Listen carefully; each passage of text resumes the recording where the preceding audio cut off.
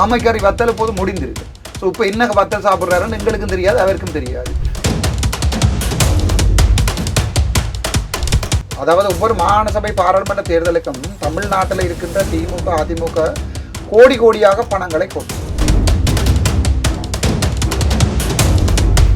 சாட்டை துறைமுருகன் சீமான் எல்லாரையும் கூப்பிடுவோம். படு தூசணத்தில் பேசுவார்கள் என்ற ஒரு நம்பிக்கை இருக்குது. நான் ஆழமாக கேட்டு சிரித்து கொண்டிருப்பேன் என்றால் விஜய் அவர்கள் தமிழீழம் பெற்று தர வேண்டும் என்கிற தேவையில்லாத விடயங்களை எல்லாத்தையும் இப்போது போட்டு மக்களை குழப்புகிறார்கள். ஆனால் நான் முதலமைச்சர் விஜயிடம் எதிர்பார்க்கிறேன் ஆழமாக தமிழர்களுடைய இனங்களுக்கு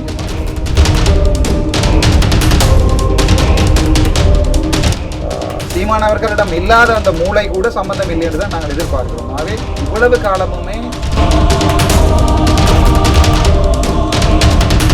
தமிழ் மக்களுடைய மனசிலே காலங்காலமாக இருக்கின்ற கோரிக்கை அப்படியே முதலமைச்சர் விஜயிடையும் எம்ஜிஆரிடம் நாங்கள் எப்படி வைத்தோமோ அதே மாதிரியே வைக்கப்படும்.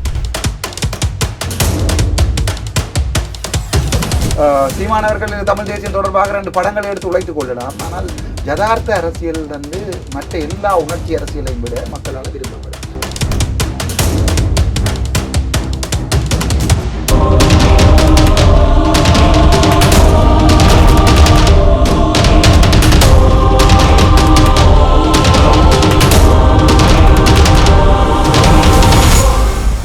ரியல் ஒன் நண்பர்கள் உறவுகள் அனைவருக்கும் வணக்கம். இன்று நம்மோடு இருப்பவர் இலங்கை நாடாளுமன்றத்தையே தெரிக்க விடக்கூடிய வகையில் அவருடைய பேச்சுக்கள் இருக்கும். அவருடைய வைரலாகக்கூடிய வீடியோக்கள் தமிழ்நாட்டிலையும் சரி பல்வேறு நாடுகள்லையும் சரி நாம் பார்த்துருக்கோம். அதாவது இலங்கை நாடாளுமன்ற உறுப்பினர் ராமநாதன் அர்ஜுனா அவர்கள். வணக்கம் சார். வணக்கம் சார். இப்போது நீங்கள் இலங்கை நாடாளுமன்றத்தில் உங்களுடைய பேச்சுக்களை முழுவதுமாக நான் பார்த்துருக்கேன். அந்த பேச்சுக்களை பொறுத்த வரைக்கும் இலங்கை அரசாங்கத்துக்கும் எதிர்ப்பாக அமைஞ்சிருக்கிறது, இலங்கையில் இருக்கக்கூடிய தமிழ் அமைப்புகளுக்கும் எதிர்ப்பாக. அங்கே பார்த்தீங்கன்னா 2 சைடுமே நீங்கள் அட்டாக் பண்ணி தான் பேசிக்கிட்டு இருக்கீங்க. அப்போ பார்த்தீங்கன்னா 2 தரப்பையும் எதிர்க்கக்கூடிய நிலையில் நீங்கள் அங்கே பேசக்கூடிய பேச்சுக்கள் உங்களுக்கு அச்சுறுத்தலை ஏற்படுத்தாதா? இலங்கையில் அது 2 தரப்பு இல்லை. இலங்கையில் இருக்கிறது சிங்கள மக்களும் தமிழ் மக்களும். சிங்கள மக்களுடைய அரசியல்வாதிகள் தான் பிரச்சனை, சிங்கள மக்கள் பிரச்சனை இல்லை. தமிழோட தேசிய தலைவர் மேதகு பிரபாரன் கூட தன்னுடைய மாவீரர் உரையில் சொல்லியிருக்கிறார், நான் சிங்கள மக்களுக்கோ சிங்கள கலாச்சாரத்துக்கோ சிங்கள மக்களுடைய அபிலாஷைகளுக்கோ எதிரானவன் இல்லை, அடக்குமுறையான சிங்கள அரசாங்கத்துக்கு எதிரானவன். அந்த சிங்கள அரசாங்கத்தினுடைய தற்போதைய தமிழ் கைக்கூலிகள் தான் இந்த தமிழரசு கட்சி, சைக்கிள் கட்சி. நல்ல உதாரணம் உங்களுக்கு சொல்லுகிறேன்.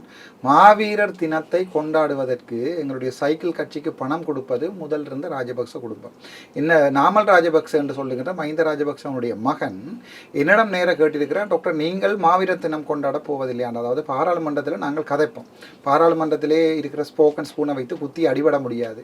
அவர் கேட்பார், நீங்கள் மாவீரர் தினத்துக்கு போவதில்லையாண்டு. நான் சொன்னேன், என்னிடம் அந்த பணம் இல்லை, நான் அப்படி பணம் சேர்ப்பதும் இல்லை என்று. இல்லை, இந்த முறை சைக்கிள் கட்சியிடம் கட்சிக்கு நாங்கள் தான் காசு கொடுத்துருக்கிறோம் என்று ஒரு தடவை எனக்கு சொல்லியிருக்கிறார்.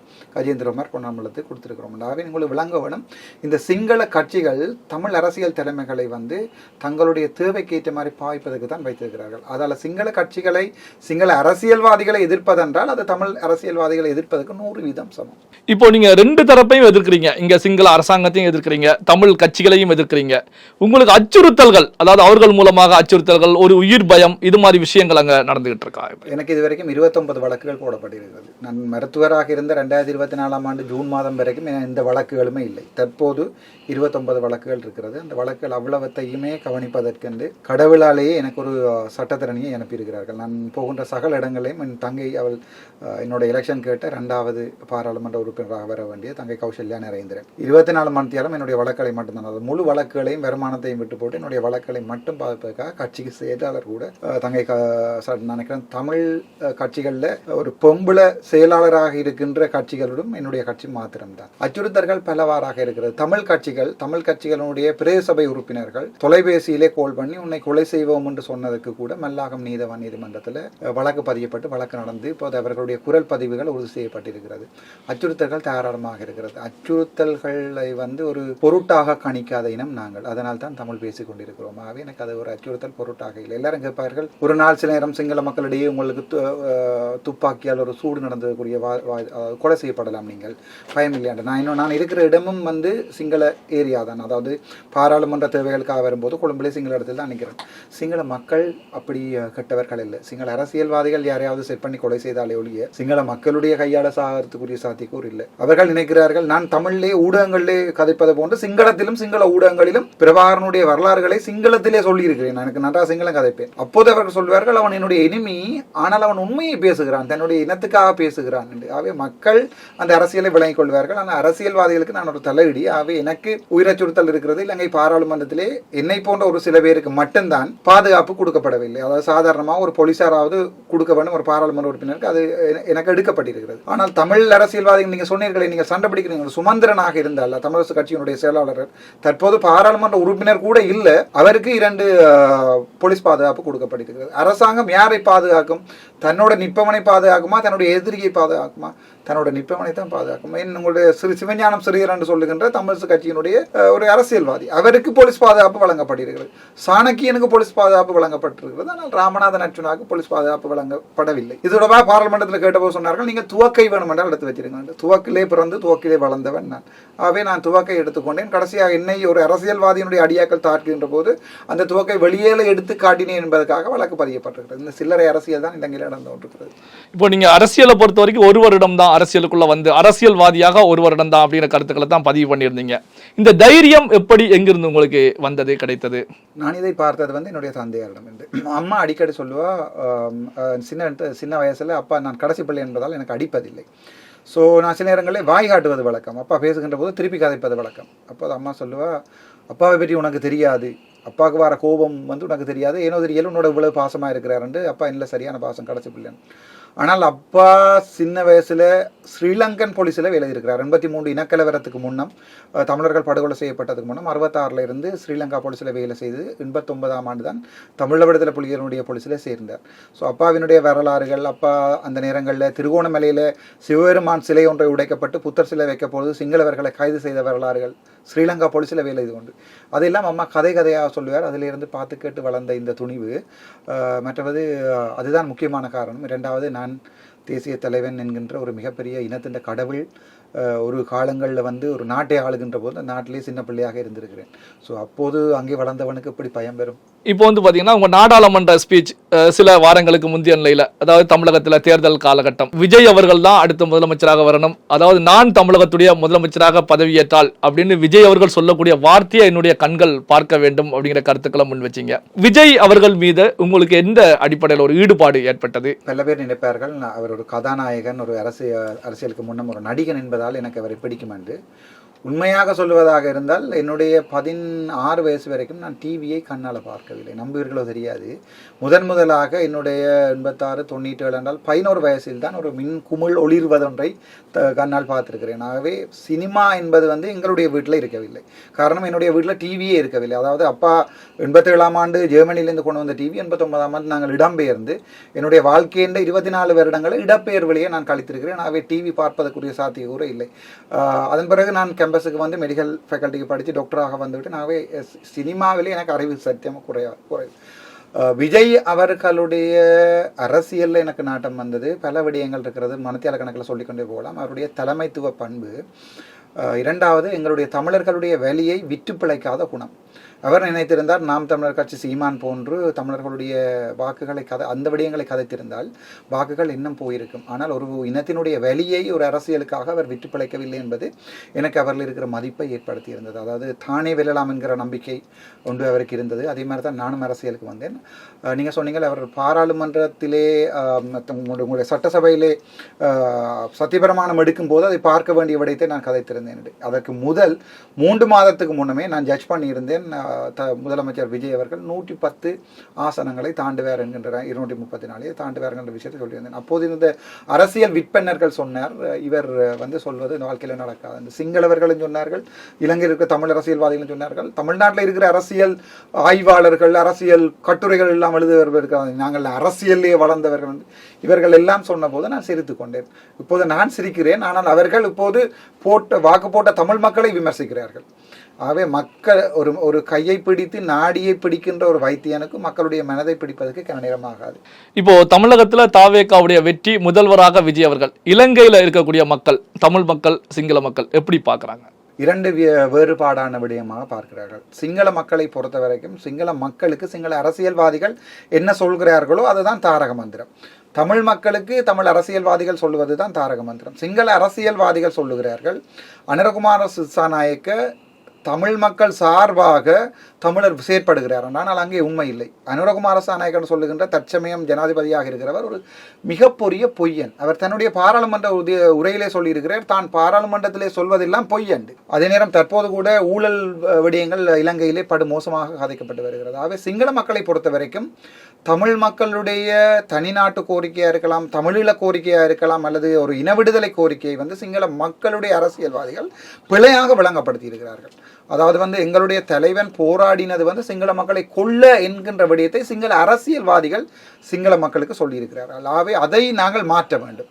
நாம் எதற்காக போராடினோம், என்ன காரணம், ஒரு இன விடுதலைக்காக போராடினோமே ஒழிய நாங்கள் ஒரு இனத்தை அழிப்பதற்கு போராடவில்லை என்கிற விடயத்தை நாங்கள் சொல்லணும். ஆகவே சிங்கள மக்கள் முதலமைச்சர் அவர்களையும் எதிரியாகத்தான் பார்ப்பார்கள். அதில் எந்த சந்தேகம் இல்லை. என்றால் அவர்களுடைய அரசியல்வாதிகள் தமிழக முதலமைச்சரை எதிரியாகத்தான் பார்ப்பார்கள்.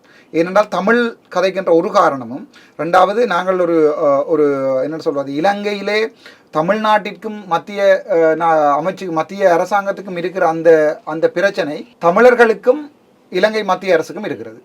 ஸோ எதிரிக்கு அதாவது விஜயை பொறுத்த வரைக்கும் மத்திய அரசு எப்படி எதிர்க்கிறதோ அதே மாதிரி எங்களுக்கும் எங்களுடைய சிங்கள அரசு எங்களை எதிர்க்கிறது. ஆகவே நாங்கள் நண்பர்கள். ஆகவே நாங்கள் எப்போவுமே தமிழ் பேசுகின்ற மக்கள்.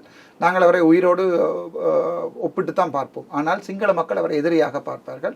இலங்கை மத்திய அரசு முதலமைச்சர் விஜய் அவர்களை எதிரியாகத்தான் பார்க்கும். ஸோ இதுதான் அந்த விடயம். இப்போ விஜய் அவர்களுடைய வெற்றியை இலங்கையில தமிழ் மக்கள் எப்படி பார்க்குறாங்க? என்ன காரணம் அப்படின்னா, சீமான் அவர்களை பொறுத்த வரைக்கும் தமிழினத்துக்கான ஒரு தலைவர் நான் தான் அப்படிங்கிற நிலையில ஒரு அரசியலை நீண்ட காலமாக 15 ஆண்டு காலமாக எடுத்து போய்கிட்டு இருக்காங்க. அதே நேரத்தில் ஈழத்தமிழர்களோட பல்வேறு நிலைகளில் தொடர்புல இருப்பதாகவும் சொல்லிக்கிட்டு இருக்காங்க. இப்படியான ஒரு சூழ்நிலையில விஜய் அவர்கள் தமிழக முதலமைச்சராக அரியணை ஏறிய நிகழ்வு ஈழத்தமிழர்கள் மத்தியில் எப்படி இருக்கிறது, எப்படி பார்க்க? தமிழீழ தமிழர்களுடைய மனதில் விஜய் அண்ணாவிற்கு காலங்காலமாக ஒரு இடம் இருக்கிறது. அதாவது இவர் ஒரு தமிழ் மக்களால் விரும்புகின்ற ஒரு கதாநாயகன் என்கிற இடம் இருக்கிறது. அரசியலிலே இப்போதுதான் விஜய் அவர்கள் வந்திருக்கிறார்கள். ஆகவே ஈழத்தமிழர்கள் பெரும்பாலும் நியூட்ரலாகத்தான் இருக்கிறார்கள். ஆனால் இதுவரை காலமுமே சீமான் அவர்களை எங்களுடைய ஈழத்தமிழர்கள் ஆழமாக நம்பினார்கள். அதாவது இவருடைய உரைகளை கேட்கின்ற நேரத்திலே சும்மா இருப்பவர்கள் கூட தமிழ் தேசியம் கதைப்பார்கள் என்ற நிலைமைக்கு தான் இவருடைய உரை இருக்கும். ஆனால் அரசியலிலே அரசியல்வாதியினுடைய வாய்க்கும் மூளைக்கும் சம்பந்தம் இல்லை என்று சொல்லுவார்கள். சீமான் அவர்களிடம் இல்லாத அந்த மூளை கூட சம்பந்தம் இல்லை என்று தான் நாங்கள் எதிர்பார்க்கிறோம். ஆகவே இவ்வளவு காலமுமே சீமான் அவர்களை தமிழ் ஈழ மக்கள் நம்பினார்கள். ஆனால் தமிழக மக்கள் வெறுக்கிறார்கள், ஒரு சீட் கூட கொடுக்கவில்லை என்கின்ற போது தமிழீழ மக்களுக்கு தமிழக ஒரு அரசியல்வாதியாக சீமான் அவர்களை எதிர்க்கிறார்கள். ஆனால் விஜய் அவர்களை ஒரு நம்பிக்கையோடு பார்க்கிறார்கள். வாழ்க்கையில் எங்களுடைய இனத்தினுடைய தலைவரை இழந்திருக்கிறோம். ஆகவே எங்களுக்கு ஒரு அரசியல் மாற்றம் வருமாக இருந்தால் அது தமிழக மக்களாலையும் விஜய் அவர்களால் நடக்கலாம் என்ற ஒரு எதிர்பார்ப்பு இருக்கிறது. நாங்கள் கூட ஆறுதலாக இருக்கிறோம். எனக்கு ஒரு நம்பிக்கை இருக்கிறது. ஒரு இன உணர்வுள்ள தமிழ் பேசுகின்ற தமிழனாக முதலமைச்சர் விஜய் அவர்கள் கட்டாயம் எங்களுடைய வழிகளை பார்ப்பார் என்று. ஆனால் நான் மற்ற அரசியல்வாதிகளை போன்று முதலமைச்சர் விஜய் அவர்களை குழப்ப விரும்பவில்லை. அதாவது இவர்களை பொறுத்த வரைக்கும் திமுக அதிமுகவோடு தான் எங்களுடைய தமிழ் அரசியல்வாதிகள் நின்றவர்கள்.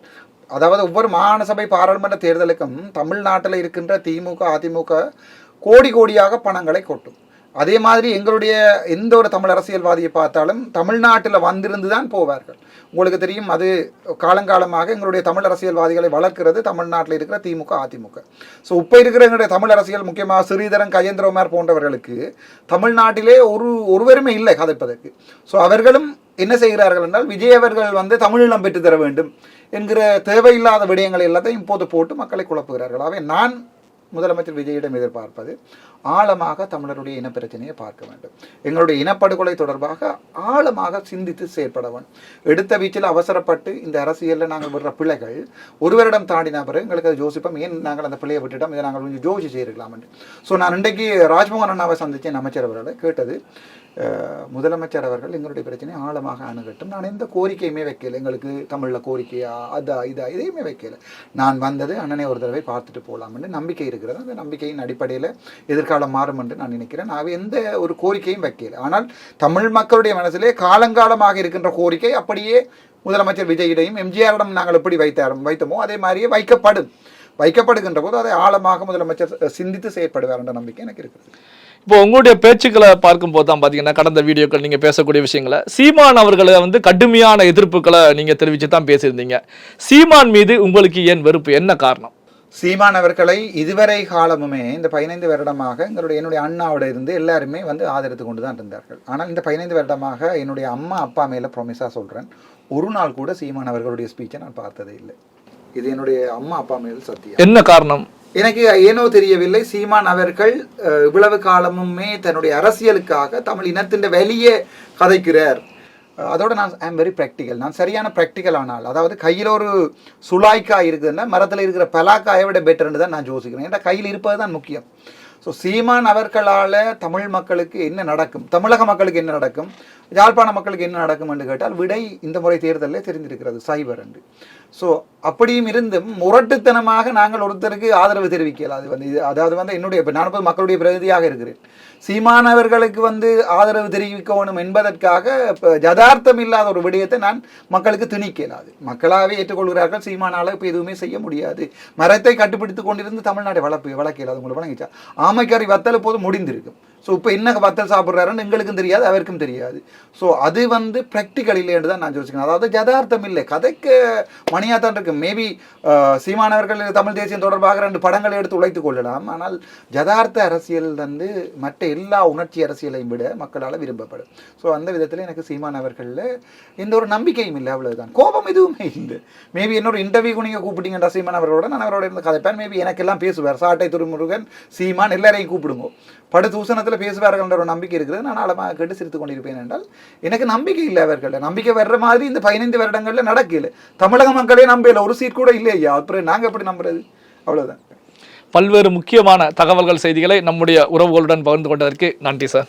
Thank you so much.